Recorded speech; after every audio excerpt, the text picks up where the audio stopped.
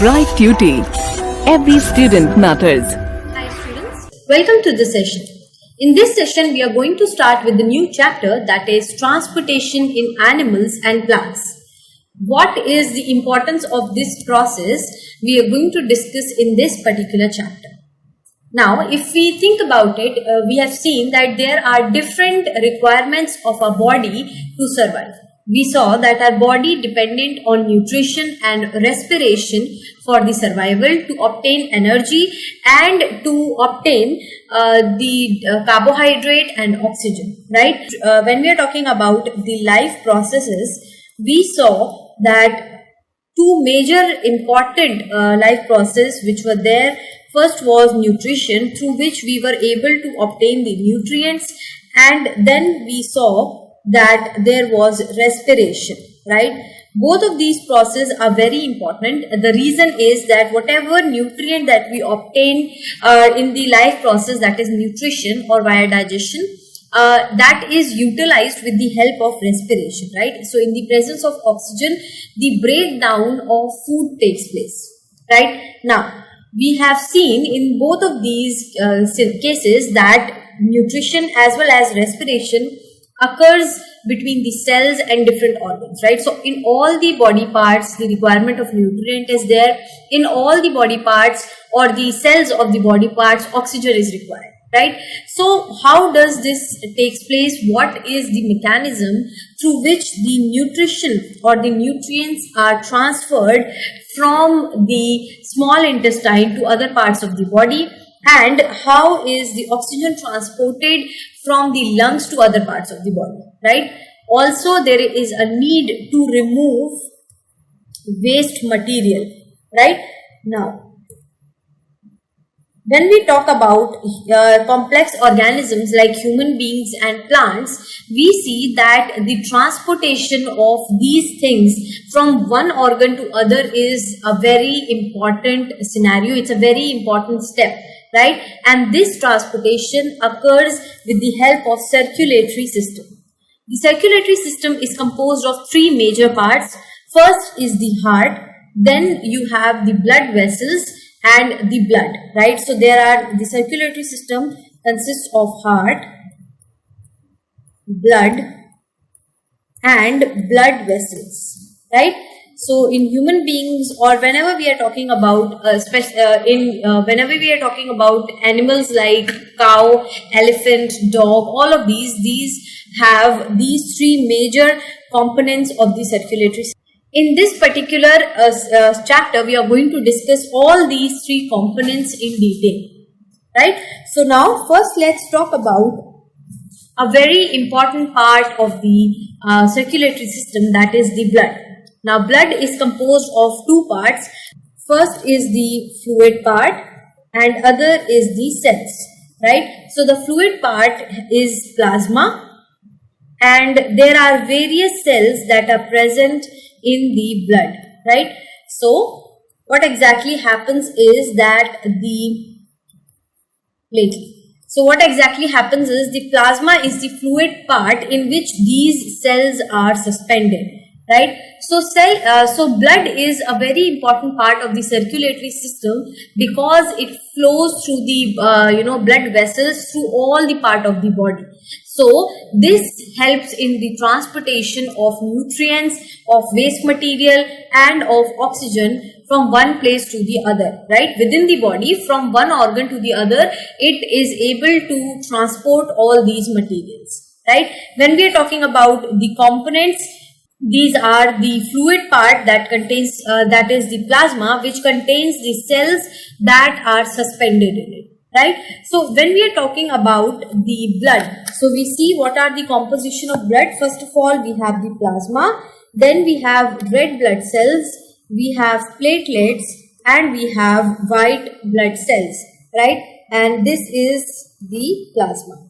So red blood cells, platelets and white blood cells are the cellular part of the blood, whereas plasma is the fluid part which is giving the blood liquid nature, right? So we know that blood is a liquid, and because of the presence of plasma, which is again the base of the blood, is the important component, right? So we are going to discuss all of these components one by one, and we are going to understand what is the importance of these components, right? First of all, the question that is asked very frequently, and the question which you might also wonder, is why is the color of the blood red? So the color of the blood is red due to the presence of RBC, right? The RBC is a cell which is red in color, as the name suggested. If we go back and if you look at the blood, the color, if you look at the cell, the color is red, right? And why is it so? From where do this cell gets the red color? Let's discuss that, right?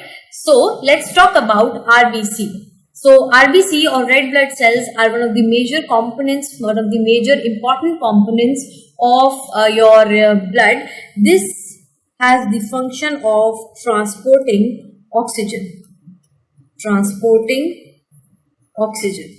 This blood, these cells are rich in hemoglobin,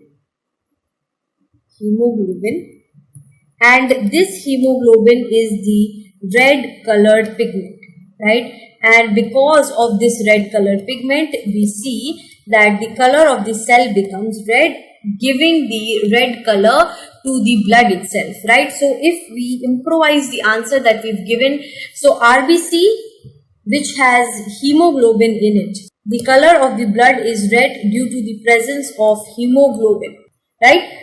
So when we say the transportation of oxygen is occurring in the red blood cell, how does this happen? The reason behind the transportation, and why we are saying that red blood cell have the capability of the transportation of oxygen, is because of the presence of hemoglobin. Hemoglobin binds with the oxygen and helps in the transportation of oxygen from the lungs to the various body parts, and this also allows the movement of carbon dioxide. So in this way, we see that hemoglobin binds with the oxygen and it allows the movement of your red blood cells to all the, it allows the movement of oxygen to all the parts of the body. Without the presence of hemoglobin, we will observe that the oxygen supply will not be possible, right? So that is why whenever there is loss of blood, which, if there is a lot of loss of blood, then we see that the oxygen carrying capacity of the blood also decreases, right? Because of the loss of hemoglobin, right? So importance of red blood cell comes in the transportation of oxygen. Then you have the other kind of cell, that is the white blood cell, and it has a role in our immunity, right? So white blood cells protect us from diseases, right? So these protects us from infections, right? These are the ones, these WBCs are the ones that fight against the germs that might come into our body, right? So that is the reason why they are able to protect us from the, WBC. And that is the reason why they are able to protect us from the infection, right? So as we see in WBC, the speciality is that it is a cell that helps in providing immunity to the body. And also what happens is whenever the WBC comes in contact with a germ, that is, let's say an example, the bacteria, what happens is it swallows the bacteria and digests it. There are various other mechanisms as well, which you're going to study in detail in your higher classes. Then if we talk about the other cell which was present, the third type of cell, that cell was platelets, right? So platelets are again a very important part of the cell. Now, before we talk about platelets, let's think about a situation, and I'm pretty sure all of you must have gone through this situation. So when you fall down, suppose you scrape your knee or you get a cut somewhere, after your bleeding stops, right, you will find that there is a swab or a scab that is formed on your wound, right? It's a hard brown color. When it is, when it is newly formed, it is reddish in color. It's a little harder than the other skin, and it is covering your wound, right? So this scab helps in the stoppage of the blood. That means whatever blood flow was happening through the wound is stopped because of this scab. So this student is called as the blood clotting, and platelets are the ones which helps the blood to clot, helps in blood clotting. So imagine if there was no blood clotting, what would happen? That the scab formation wouldn't take place, and even if there is a small cut on your hand, the blood would keep on coming out of the body, and it will cause what? It will cause the loss of blood, a severe loss of blood in the body, and it is very, very dangerous, and sometimes it may also prove fatal. That is the reason why we see that platelets form a very important part of the blood, because it helps in blood clotting, eventually stopping the blood flow,